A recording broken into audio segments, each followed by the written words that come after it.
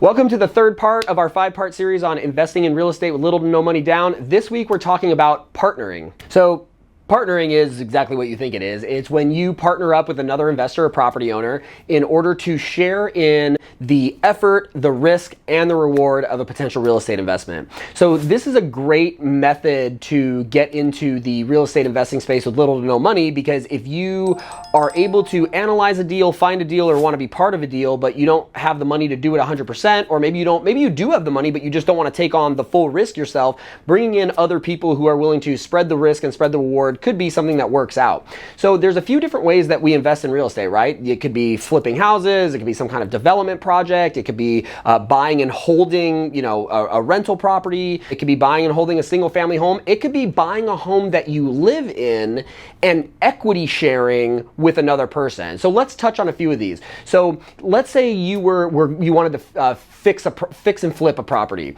So this could be a situation where you're able to find the deal, and let's say in order to down payment, closing costs, holding costs, repairs, everything, you need $150,000 in cash in order to get the deal from beginning to end. And when you put the $150,000 in, you're going to make $70,000 in profit or something like this. Just making up numbers, right? So for $150,000, you're making your $70,000 in profit. Now, what do you do if you only have, say, $50,000? Well, it might be a good idea to partner up with somebody who has another $100,000 and an appetite for this type of project. And it could be a situation where you put in your 50, they put in their 100, and because it's 1/3 and 2/3, maybe you share the profit 1/3 and 2/3. Or maybe it's an arrangement where, hey, I found the deal, which we know is the hardest part in real estate investing, is finding the good deal. So if I found the deal and I'm putting in 1/3 of the money, maybe we split it as 50-50 partners, since I, did the legwork of bringing the deal.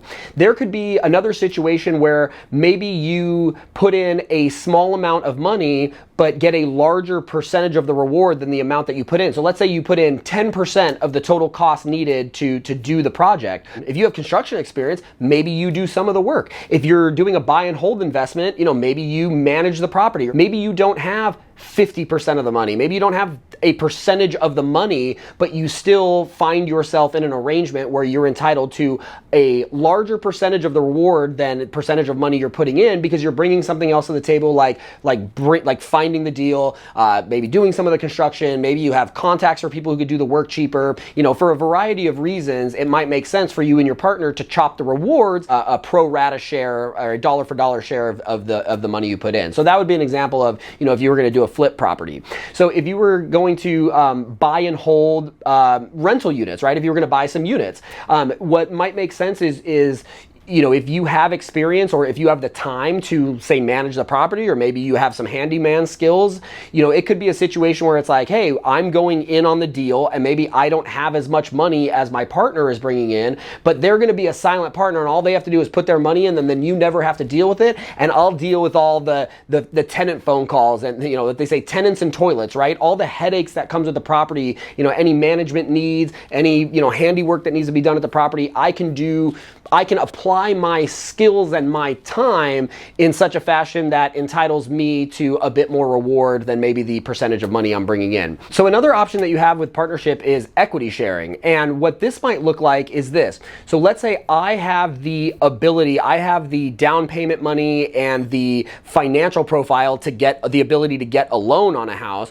So it could be an arrangement where I buy the home and then you move in as a tenant, and basically you are responsible for the monthly payment and all the maintenance of the property, and at a predetermined period of time in the future, we agree to sell the property and split the proceeds. So that could be a way where, as a buyer, you could come in with somebody who has the money to buy the house, and you can relieve them of the risk or of the cost of the monthly payment, and you can relieve them of the headache and of the risk of doing maintenance. So if I come in and say, hey, I don't have the down payment and I can't qualify for a loan, but I can certainly make this payment, maybe it's the equivalent of your rent or something like that, but hey, I can pay you rent that's the equivalent of the monthly payment. I will be responsible for all the maintenance. So now the property owner, the person who bought the property, gets some of their cost and some of the headache and some of the risk off of their plate, and in exchange they share in a return where we say, okay, we're going to do this arrangement where you buy the house, I make the payment, I take care of the maintenance, and 5 years from now we're going to sell the house and split the profit. Or what I've seen happen in equity sharing arrangements before, it's something like this.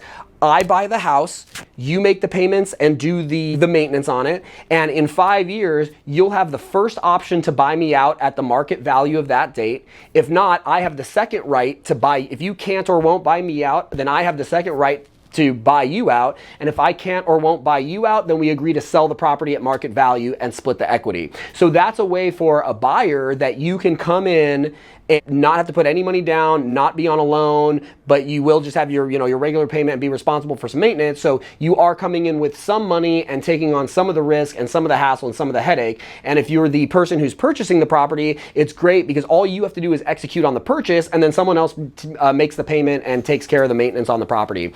So again, this is another arrangement in equity sharing where you want to make sure your equity sharing contracts are airtight, make sure you review them with your attorney, and make sure that everybody's on the same page with regards to rights and responsibilities under the contract. But it's a great way for a potential buyer to get into the real estate game when maybe they wouldn't have otherwise.